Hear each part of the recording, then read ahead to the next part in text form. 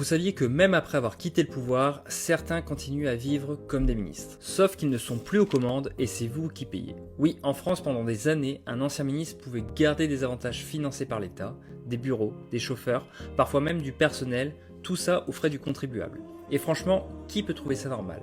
Quand vous quittez votre boulot, vous ne gardez pas votre salaire ni la voiture de fonction. Mais en politique, certains pensaient que c'était différent. Alors bien sûr, ça ne représente pas des milliards dans le budget, mais c'est une question de principe, parce que si on veut demander des efforts aux Français, il faut commencer par montrer l'exemple. Et l'exemple, c'est simple, la politique, ce n'est pas une rente. On n'est pas ministre à vie, on sert le pays un temps, et ensuite, on retourne à la vie normale, point. Parce que sinon, comment voulez-vous que les Français fassent confiance à leurs dirigeants ? Quand on voit des anciens ministres continuer à vivre comme si de rien n'était, pendant que vous payez vos courses 20% plus cher qu'il y a 2 ans, ça envoie comme un message que la politique est un club privé réservé à quelques-uns. C'est exactement ce genre de petits privilèges qui détruisent la confiance dans nos institutions, et c'est pour ça que cette décision est importante. Elle ne va pas combler la dette publique, mais elle va réparer un peu la fracture entre les citoyens.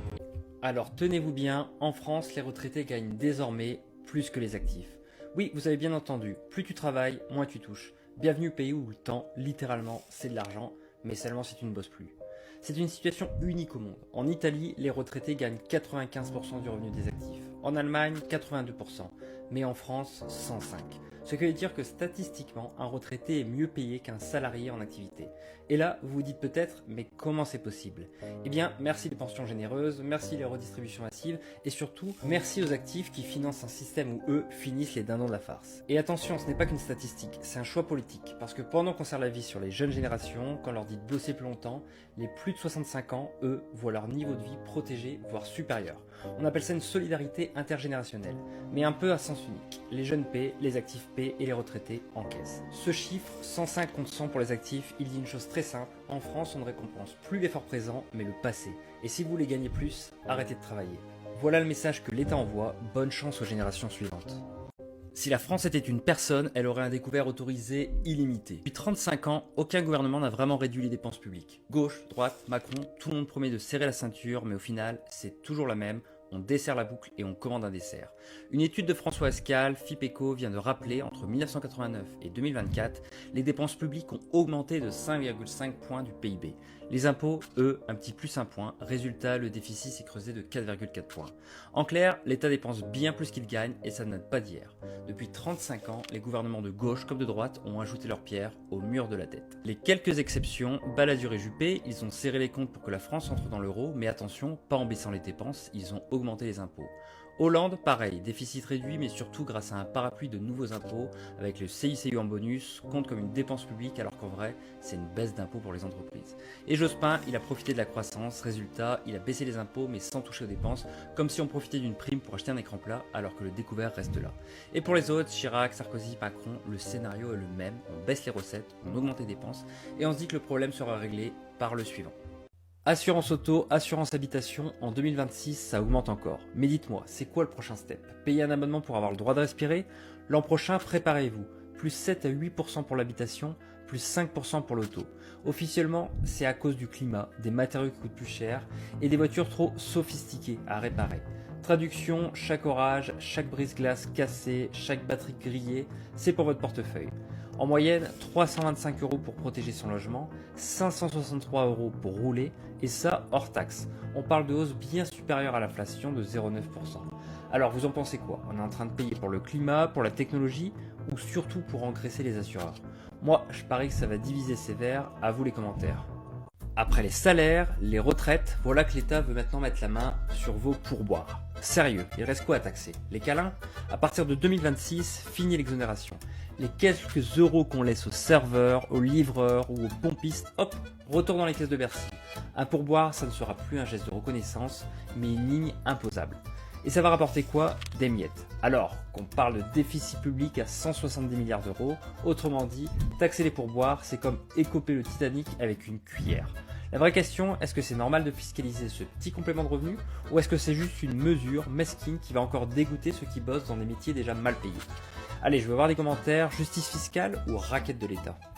Macron qui défie Trump à l'ONU. Tu veux ton Nobel de la paix ? Alors arrête la guerre à Gaza. On est sérieux là ? Devant les caméras, Macron a reconnu l'État palestinien et s'est posé en champion de la paix. Trump, lui, a répliqué que c'était une récompense pour le Hamas. Deux visions opposées. L'un veut la solution à deux États, l'autre reste collé à Netanyahou. Mais soyons clairs, Macron parie sur la diplomatie pour se donner une stature internationale. Trump, lui, parie sur le rapport de force, et derrière ces postures, il y a une réalité, Gaza brûle toujours. Alors question, est-ce que Macron joue au prix Nobel en plein chaos, ou est-ce que Trump est cynique en bloquant toutes avancées?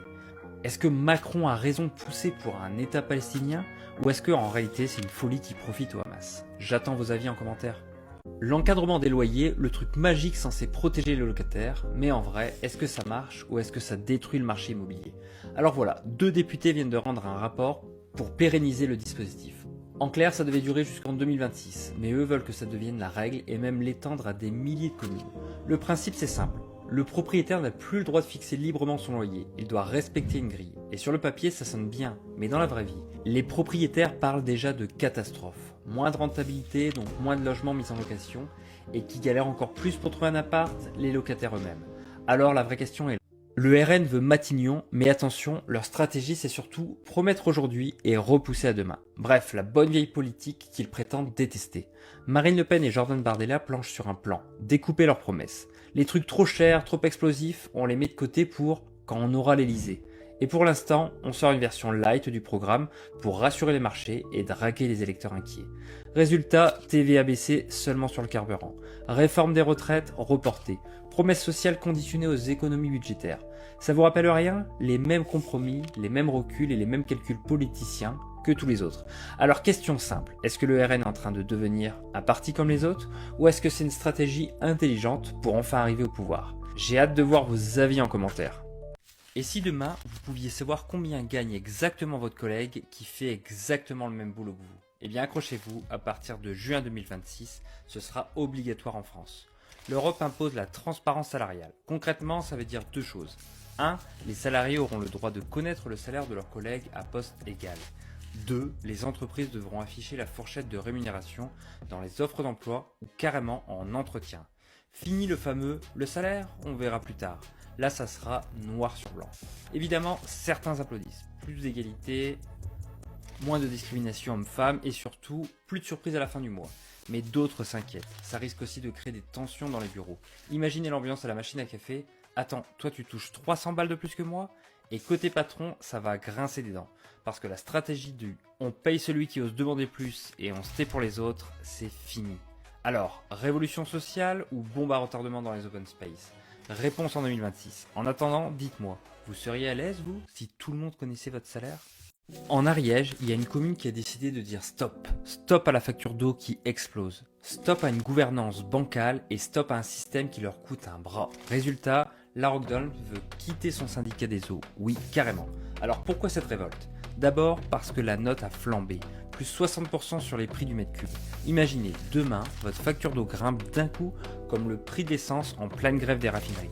Ensuite, parce que la commune représente presque la moitié des abonnés du syndicat, mais il n'a que 2 voix sur 14. Autrement dit, ils payent la moitié de la note, mais ils ont à peine leur mot à dire. Bonjour la démocratie locale. Et ce n'est pas tout. Dette qui s'accumule, 1,5 million d'euros dans le rouge, investissement quasi nul et un système jugé à bout de souffle. À la fin, les habitants se retrouvent à devoir financer un service public qui ne fonctionne plus. Le maire, Patrick Laffont, résume ça très bien. On ne peut pas faire payer l'eau à 5 ou 6 euros le mètre cube à une population déjà en précarité. Résultat, la ROC veut reprendre la main, peut-être avec un autre syndicat, peut-être même avec un opérateur privé. En gros, quitte à être saigné, autant choisir par qui. Alors, vraie libération pour les habitants ou saut dans l'inconnu? Ce qui est sûr, c'est qu'en Ariège, la guerre de l'eau est déclarée. Et vous feriez quoi si votre facture d'eau grimpait de 60% du jour au lendemain? Vous avez une voiture électrique? Alors surtout, évitez l'Ariège. Ici, trouver une borne de recharge, c'est un peu comme chercher une station-service dans le désert du Sahara. Selon une étude, les Ariégeois doivent parcourir en moyenne 12 km pour trouver une borne de recharge. Résultat, dernier département de France pour la mobilité électrique. Bravo, cocorico. Alors oui, le syndicat d'électricité a bien installé de nouvelles bornes. On en compte aujourd'hui 57 publics et 189 au total avec le parc privé. Mais à côté, dans les Hautes-Pyrénées, la moyenne c'est 7 km. Et en Ile-de-France, une borne tous les 100 mètres. Presque plus que les boulangeries. Le pire, même quand vous trouvez une borne en Ariège, une chance sur 5 qu'elle soit en panne. Autant dire qu'il faut partir avec la rallonge et la prise de camping. Bref, l'Ariège est peut-être un paradis pour les randonneurs, mais pour les conducteurs électriques, c'est koh. Alors dites-moi, vous seriez prêt à parcourir 12 km juste pour trouver une prise? Dans un monde où beaucoup se contentent d'un petit poste tranquille, lui, il a traversé l'Afrique, dirigé des entreprises, présidé des institutions, et tout ça en partant d'une petite maison à Tarascon-sur-Ariège. Claude Delpy, un personnage hors du commun, vient de s'éteindre à 89 ans. Son histoire, c'est un roman. À 18 ans, il quitte l'Ariège pour l'Afrique, Sénégal, Mali, Guinée. Il vit des aventures incroyables jusqu'à forcer un barrage militaire pour sauver une société dont il avait la charge. À 23 ans, il était le chef comptable d'une immense entreprise. Puis, retour au bercail, à Foix. Là, il reprend une bijouterie, la transforme en institution locale et en fait un vrai empire de bon goût. Mais il ne s'arrête pas là. Président de l'URSSAF, des prud'hommes, du tribunal de commerce pendant 26 ans. Un record. Bref, il a incarné l'économie ariégeoise à lui tout seul. Reconnu au niveau national, décoré de l'ordre du mérite et de la Légion d'honneur, il n'a jamais cessé de servir son territoire, même à la retraite, il restait une référence. En fait, Claude Delpy, c'est un peu le contre-exemple parfait de cette phrase qu'on entend trop souvent. En Ariège, on ne peut rien faire, il n'y a pas d'avenir. Lui, il a prouvé exactement l'inverse, et ça mérite d'être rappelé. Le Premier ministre français vient de démissionner à peine quelques heures après avoir nommé son gouvernement, et ce n'est pas la première fois. Depuis juin 2024, la France a connu 4 premiers ministres en moins d'1 an et demi. Pour comprendre pourquoi ça continue d'arriver, il faut revenir à juin 2024. Après la victoire écrasante de l'extrême droite aux élections européennes, Emmanuel Macron a tenté un coup de poker, il a dissous l'Assemblée nationale. C'était censé lui donner une majorité plus solide, mais l'effet a été l'inverse. Résultat, le pays s'est retrouvé complètement éclaté entre 3 blocs principaux, l'alliance de gauche, les centristes macronistes et la droite. Or, pour faire passer une loi, il faut 289 sièges à l'Assemblée, aucun des 3 n'en est proche, et le problème c'est qu'ils refusent de travailler ensemble. À partir de là, tout s'est effondré. Gabriel Attal a démissionné après des législatives anticipées qui ont laissé Macron sans majorité, puis Michel Barnier est arrivé, il a tenté de faire passer un budget à utiliser le 49.3 pour le forcer. Et en décembre 2024, l'Assemblée a fait quelque chose qui n'était pas arrivé depuis 1962, elle l'a renversé. Ensuite, ce fut François Bayrou, mais en septembre 2025, l'Assemblée l'a rejeté aussi lors d'un vote de confiance, puis le cornu. Nommé début septembre, il n'a tenu que 27 jours. Il a démissionné quelques heures à peine après avoir nommé ses ministres, sans même tenir une seule réunion. Son mandat est devenu le plus court de toute l'histoire de la Ve République. Pourquoi le cornu est tombé? Il a tenté de trouver un équilibre entre le camp centriste de Macron et la droite conservatrice, mais la droite en voulait plus. Un tiers de tous les ministres et un durcissement d'immigration. Quand le cornu a dévoilé un gouvernement rempli de figures déjà vues sous Macron, la droite s'est retournée contre lui. La gauche et l'extrême droite ont aussitôt promis de déposer une motion de censure. Et en quelques heures, il a jeté l'éponge, il n'a même pas eu le temps de gouverner. Le problème, ce n'est pas seulement un Premier ministre qui s'en va, c'est la manière dont le système est construit. La présidence de Macron est forte, presque trop forte. Mais le Parlement, lui, est profondément divisé. Chaque Premier ministre se retrouve coincé dans la même impasse. S'il pousse trop fort l'agenda de Macron, le Parlement se rebelle. S'ils essaient de négocier, ils perdent le soutien du camp macroniste. Dans les deux cas, le gouvernement s'effondre et à chaque fois, ça se reproduit. La confiance des Français recule encore un peu plus. À Foix, le conseil municipal a planché sur les chats errants. Oui, pendant que certains parlent d'économie ou de sécurité, ici on débat de minous dans les ruelles. Mais derrière ça, il y a un vrai sujet. La ville est envahie de chats errants. Et pour éviter que ça ne devienne Catland, la mairie s'appuie sur des associations, capture, vétérinaires, puces, stérilisation.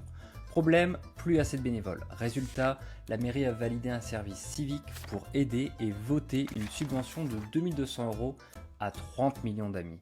Mais ce n'est pas tout, le conseil a parlé de biodiversité avec 44 000 € pour un atlas de la faune et de la flore locale. Et même un partenariat avec l'asso Papillon qui installe des boîtes aux lettres dans les écoles pour que les enfants victimes de violences puissent alerter. Bref, un conseil municipal très varié. Entre chats, papillons et atlas, on se croirait presque dans un documentaire animalier. Alors, bonne nouvelle, à Foix, les chats errants seront pucés, les papillons protégés et la biodiversité cartographiée. Reste à savoir, est-ce que c'est ça qui va vraiment changer la vie des Fuxéens ou est-ce que la mairie fait diversion avec des sujets mignons? En Ariège, Martine Froger vient de faire un virage politique à 180 degrés. Elle quitte le groupe Lyot pour rejoindre le Parti Socialiste. Oui, le même PS qu'elle avait quitté il y a 2 ans quand ils avaient fait alliance avec LFI. À l'époque, Martine Froger refusait l'idée d'une gauche sous tutelle mélenchoniste. Elle avait dit non à la NUPES, non à l'union forcée et elle s'était présentée seule, ou presque, avec le soutien du PS local. Résultat, contre toute attente, elle bat la candidate LFI et devient députée de l'Ariège. Une victoire qui, déjà à l'époque, symbolisait le rejet d'une gauche radicale au profit d'une gauche plus modérée, plus réaliste. Mais depuis 2 ans, Froger siégeait chez Lyotte, un groupe parlementaire un peu fourre-tout. Des élus indépendants venus de la gauche, du centre, voire de la droite modérée, qui partagent surtout une chose, le goût pour la liberté politique et parfois l'ambiguïté. Et visiblement, cette position d'entre-deux a fini par lasser. Martine Froger a déclaré que les divergences de fond avec le PS sont désormais dépassées. Traduction, la guerre Froger-PS, c'est terminé. Le PS est redevenu fréquentable, surtout depuis qu'il cherche à s'émanciper de l'ombre de Mélenchon. Politiquement, c'est une manœuvre intelligente. Le PS récupère une députée de plus, un symbole dans un département historiquement socialiste où l'étiquette compte encore. Et Froger, elle, se replace dans le jeu. Elle revient à gauche, mais à une gauche qui se veut raisonnable, de gouvernement, comme ils disent. C'est aussi une façon de préparer la suite, parce qu'on le sait tous, Lyotte, c'est une parenthèse. Un groupe qui servait surtout d'abri temporaire pour les élus réfractaires à la NUPES. Mais politiquement, sans ligne claire, sans structure, Lyotte ne pèsera pas sur la durée.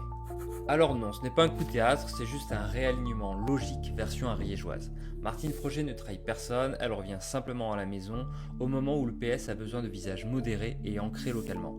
Et surtout, à 2 ans des législatives, elle choisit la sécurité, celle d'un parti, d'un logo et d'une base militante. Parce qu'en politique, l'indépendance c'est noble, mais rarement réélu. En Ariège, un autre virage. Laurent Panifouz, député de la 2e circonscription, entre au gouvernement Le Cornu. Ministre délégué chargé des relations avec le Parlement. Oui, un élu ariégeois dans un gouvernement macroniste. Pour comprendre ce que ça représente, il faut revenir un peu en arrière. Panifouz, c'est un ancien socialiste, élu en 2022, sans l'étiquette NUPES, justement parce qu'il refusait la domination de LFI sur la gauche. Comme Martine Froger, il incarnait cette gauche indépendante, locale, pragmatique. Et jusqu'ici, il siégeait dans le groupe Lyotte, le refuge des députés inclassables. Sauf que là, il vient de franchir un cap. Il rejoint le gouvernement. Et pas n'importe quel, celui dirigé par Sébastien Lecornu, un proche d'Emmanuel Macron. Autrement dit, l'indépendance, c'est fini. Politiquement, c'est un pari risqué. Il gagne en visibilité nationale, mais il s'expose à une rupture avec son camp d'origine. Le PS ariégeois a d'ailleurs réagi très vite, c'est une décision personnelle. Traduction, on n'y est pour rien et on ne cautionne pas. Même la présidente du conseil départemental, Christine Tecky, a pris soin de saluer le courage et la détermination de Panifouz, tout en gardant une distance prudente. Parce qu'en Ariège, rejoindre un gouvernement central, c'est souvent vu comme un éloignement du terrain, du concret, du vrai monde. Mais attention, ce n'est pas qu'une histoire d'ambition personnelle. Panifouz défend une idée simple, celle d'une gauche responsable et progressiste, capable de gouverner sans sombrer dans le populisme. Et ça, dans le contexte actuel, c'est rare. Il incarne une tentative de réconcilier la gauche réformiste avec le pouvoir. Mais entre incarner et réussir, il y a un monde. Parce qu'à Paris, il sera vu comme un social-démocrate utile. En Ariège, il risque d'être vu comme un socialiste converti. Et cette nuance-là, elle peut coûter cher aux prochaines élections. Alors oui, Panifouz entre au gouvernement, mais c'est un pari à double tranchant. Soit il prouve qu'on peut gouverner sans trahir ses convictions, soit il devient, malgré lui, le symbole d'une gauche qui finit toujours par se rallier au pouvoir qu'elle critiquait hier. Et en Ariège, on pardonne beaucoup de choses, mais pas de données. Le gouvernement pourrait tomber dès jeudi. Oui, à peine nommé, il est déjà sur un siège éjectable. Et cette fois, ce n'est pas une exagération médiatique, c'est une réalité politique. On est en plein dans un moment de vérité. Le gouvernement Lecornu 2 vient à peine d'exister que déjà 2 motions de censure sont sur la table. Une déposée par le Rassemblement national, l'autre par la France insoumise. Et ce jeudi, l'Assemblée va devoir voter. Le principe est simple. Si une de ces motions est adoptée, le gouvernement tombe, game over. Mais pourquoi si vite ? Parce que ce gouvernement, dès sa naissance, n'a pas de majorité, pas de base solide, pas d'accord politique clair et pas d'alliance stable. Juste un pari, celui que les modérés de tous bords le laisseraient tranquille. Sauf que la politique, ce n'est pas qu'une partie de poker où on bluffe avec des sourires, c'est du calcul brut. Le vrai danger, c'est que le sort du gouvernement ne dépend pas de l'opposition, mais du PS. Les socialistes sont au centre du jeu. S'ils votent la motion, le Cornu tombe. S'ils s'abstiennent, ils survivent. Autrement dit, un parti de 25 députés peut faire tomber tout un gouvernement. Et pour un exécutif qui se dit d'union nationale, ça en dit long sur la fragilité du projet. Le Premier ministre doit prononcer jeudi son discours de politique générale. Un discours censé donner la direction du quinquennat, inspirer, rassembler. Mais soyons honnêtes, à ce stade, il devra surtout supplier. Supplier pour ne pas finir plus vite qu'un tweet de Mélenchon. Là où ça devient explosif, c'est que tout le monde joue sa partition. LFI veut faire tomber le gouvernement pour prouver qu'elle reste la première force d'opposition. Le RN veut le faire tomber pour montrer qu'il est la seule alternance crédible et le PS, lui, est coincé entre les deux, obligé de choisir entre la chute du gouvernement et la survie d'un système dont il n'est plus tout à fait parti. Ce qui se joue jeudi, c'est plus qu'un vote, c'est une question de légitimité. Parce que si Lecornu survit avec 3 votes d'avance, son autorité sera déjà morte. Et s'il tombe, on entre dans un vide politique inédit, 3 gouvernements renversés en 1 an et demi, du jamais vu sous la Ve République.